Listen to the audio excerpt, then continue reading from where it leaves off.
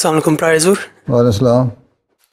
جی حضور، میرا سوال تھا کہ جو وقف نو ہے جن کے پاس جماعت کی رسپانسبلٹی ہے، وہ ساتھ میں وہ پڑھ بھی رہے ہیں، اسٹڈی بھی کر رہے ہیں، تو ان کو پرائیورٹی کس طرف زیادہ دینی چاہیے؟ بات یہ ہے کہ اگر وہ پڑھ رہے ہیں یونیورسٹی میں تو وہ دیکھیں کہ وہ پڑھائی کے ساتھ اپنی جو رسپانسبلٹی ہے اس کے ساتھ جسٹس کر سکتے ہیں کہ نہیں کر سکتے۔ اگر انصاف سے کام نہیں لے سکتے اپنے رسپانسبلٹی کا تو اتھارٹیز ہیں ان کو کہہ دو کہ مجھے فی الحال اتنے عرصے کے لیے، اور خاص طور پہ جب امتحانوں کے دن ہوتے ہیں ان دنوں میں صاف صاف بتا دو کہ میرے آج کل امتحان ہو رہے ہیں، اس لیے میں اپنا وقت پورا نہیں دے سکتا، تو اس وقت پڑھائی پہ کنسنٹریٹ کرو، ٹھیک ہے؟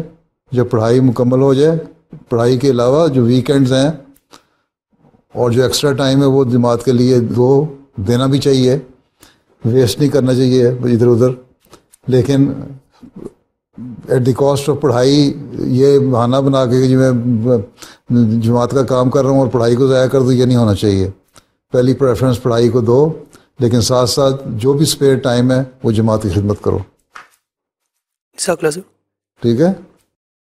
جی جزاک اللہ۔